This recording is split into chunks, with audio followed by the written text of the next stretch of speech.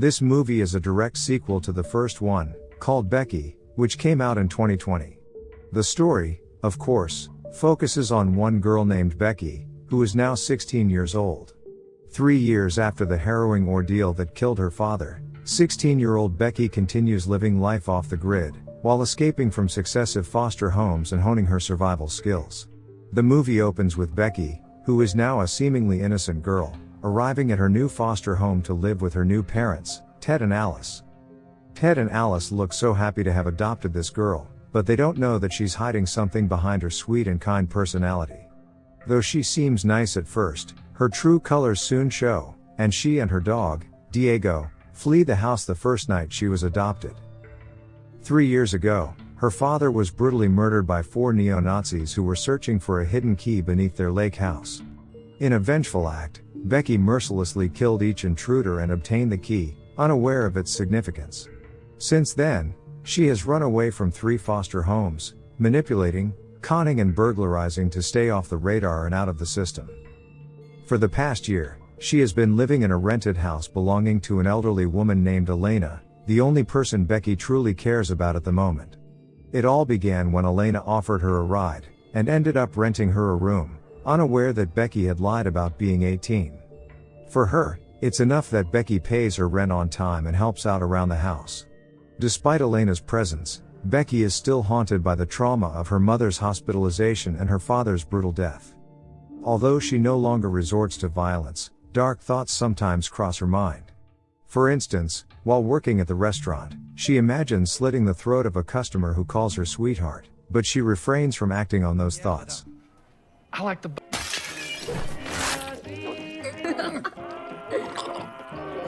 I didn't actually do it. While Elena and Becky enjoy a game of wordplay one evening, a news bulletin on the radio reveals alarming information about a fascist group called the Noble Men spreading violence throughout the country. Their primary target is Senator and Hernandez, and the authorities have been monitoring the Noble Men's online activities for months, noticing an increase in their actions. The news speculates that the fascists might make their presence known at the upcoming town hall event in Fillmore in a few days. The scene then shifts to a car that we believe belongs to Noble Men when we see the flag. While Becky is working her shift, 3 men named Anthony, DJ, and Sean enter the restaurant, and start harassing her. Anthony and DJ make disrespectful comments about her mother, and claim that Becky is a stripper name, while Sean appears somewhat composed and attempts to calm them down. The trio then engages in a discussion fueled by their hatred towards Senator and Hernandez. Moreover, they talk about receiving instructions from the mysterious leader of their organization, Daryl. However, Sean seems a bit hesitant about it, and then Anthony rudely calls Becky to bring them coffee. The girl admits that she fantasized a lot about the things she'd like to do to the people who pissed her off, but this time it will be more than just a fantasy. I am so sorry. do that. Get the fuck out of here. Dude, shut the fuck up. Shut up. Consumed by rage, he decides to follow Becky to her home, intending to teach her a lesson. As night falls, Becky hears the sound of breaking glass, so she rushes downstairs to investigate. Just then, she is immediately seized by Anthony, who tries to suffocate her, prompting her to retaliate by breaking his nose. Diego attempts to come to her rescue, but is attacked by DJ. Despite her efforts, Becky finds herself overpowered by the men. During the struggle, Sean expresses his concerns, insisting that their initial plan was only to frighten Becky. Before ego-driven Anthony can act upon his intentions, Elena bravely intervenes, holding the men at gunpoint. She manages to disarm DJ, but Anthony, with a concealed revolver, fatally shoots her in the head. Becky is left speechless, her mind flooded with painful memories from her past. Consumed by rage, when she wakes up the next day, she discovers the lifeless body of Elena, and realizes that Diego is nowhere to be found. Meanwhile, the men responsible for Elena's murder arrive at the residence of their organization's founder, Daryl. This is their first meeting with him, so Anthony instructs Sean and DJ to keep quiet about what occurred at Becky's house. Sean expresses his disagreement, but he is swiftly silenced with a stern warning. The weight of grief and uncertainty overwhelms Becky, since everyone she's ever loved has been taken from her. After giving Elena a proper burial, Becky begins preparing herself for two intertwined missions, seeking revenge for her friend's death, and rescuing her beloved dog, Diego. Fully equipped for the task ahead, she sets out to find Daryl, the name she overheard during the encounter with Anthony and his accomplices at the diner. Fortunately, there are only two individuals named Daryl in town. The first one, an elderly and frail woman relying on an oxygen cylinder, doesn't seem to fit the description Becky is looking for. Dismissing this possibility, she heads straight to the house of the other Daryl, the exact location where Anthony and his friends were seen earlier.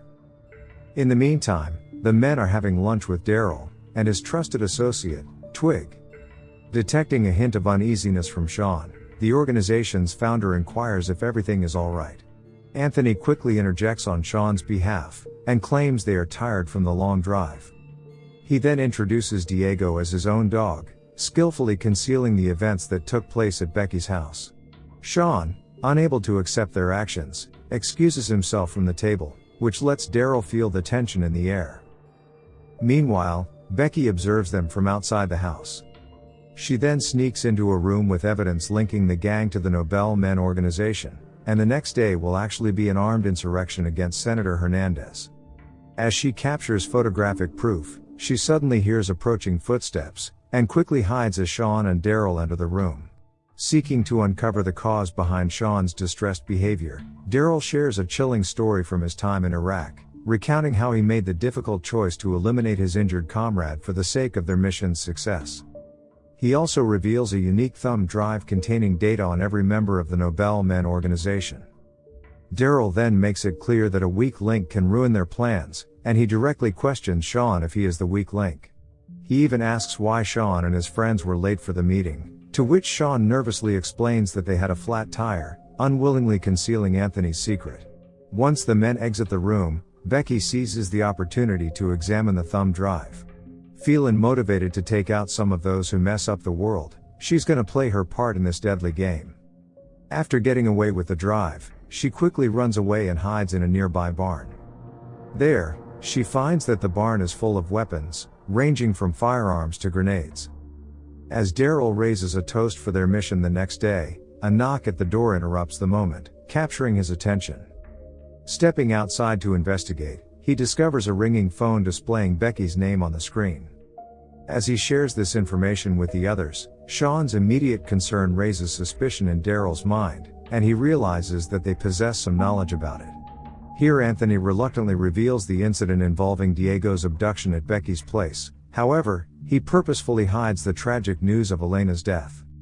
They then get a call from Becky, who gives them a chilling warning about a little girl who was very good when she was good, but when she was bad, she was horrid. DJ laughs as he finds this little girl hilarious, but Daryl and Twig seem to know how dangerous this little girl is. Daryl demands that Anthony return Becky's dog, and then orders one of them to catch Becky, and Anthony says he'll do it because he thinks she's just a dumb kid. As Anthony leaves the house, he calls Becky, but she insists on meeting him in the woods instead. When they meet, Anthony brandishes his gun, but hesitates to use it, not wanting to face further questioning from Daryl. So? Stepping forward, he unexpectedly falls into a hole skillfully dug by Becky with an excavator. Rather than killing Anthony outright, Becky chooses a more brutal fate for the murderer of her friend. Afterwards, inside the house, another knock at the door interrupts the men. Peering through the glass, Daryl spots Anthony outside with something securely duct taped to his mouth. Curiosity drives Daryl to open the door, only to realize too late that the object in Anthony's mouth is a grenade. Twig then advises Daryl to call the police, but he rejects the idea, explaining that the weaponry in the barn that will be used for their insurrection at Town Hall would raise questions. The leader then demands answers from Sean and DJ about Becky's motives and their connection to the events. Sean and DJ finally reveal that Anthony, not they, was responsible for the murder. Hearing about the plans for an insurrection, Sean reveals that he was previously unaware of the violence the organization intends to incite. And so, he curses the Brotherhood and attempts to leave the house. However, Daryl, enraged by Sean's criticism, swiftly incapacitates him with a blow to the face, and then kills him by breaking his neck. Overwhelmed by fear, DJ decides to comply with Daryl's demands in order to stay alive. Becky suddenly contacts them again, and Daryl discovers that she possesses both photographic evidence of the organization's sinister plan and their thumb drive. Fed up with Becky's actions, Twig charges outside with a gun, intent on killing her. However, already prepared, Becky employs a crossbow obtained from the barn and shoots Twig, lodging an arrow in his cheek. Despite the injury, Twig re-enters the house, has Daryl remove the arrow, and storms back outside, while Becky quickly flees the scene, inadvertently abandoning her bag in the process. Meanwhile, Daryl returns indoors, and orders frightened DJ to help locate the girl. He wants the girl alive because she's the only one who knows where the thumb drive is, but consumed by fear, DJ cunningly escapes the premises. At the same time, Becky takes Twig into the barn, and she's trapped now.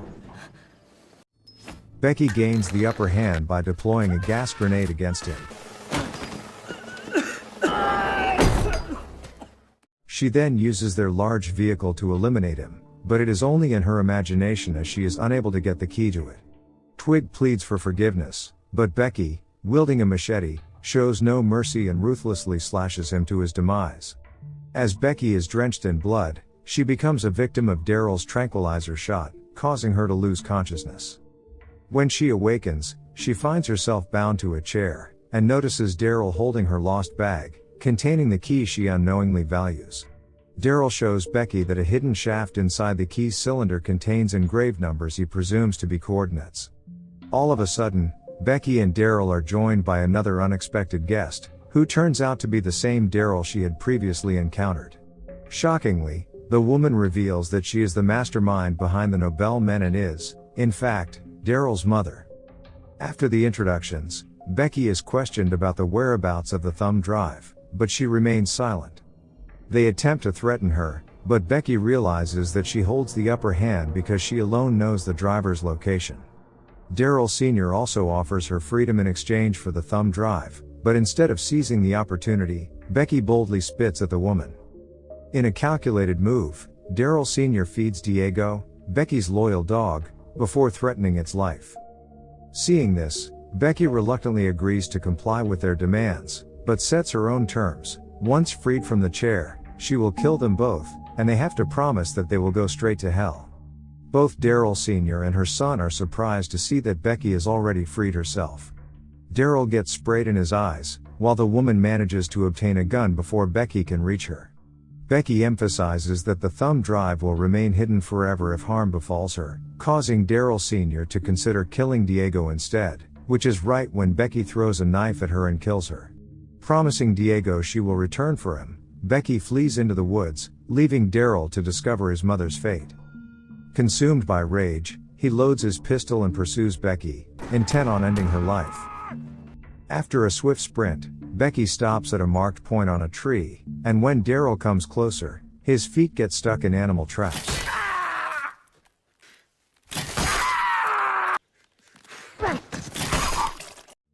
After he falls into the last trap and loses his life to a slashed throat, Becky retrieves the key and returns to the house to rescue her dog.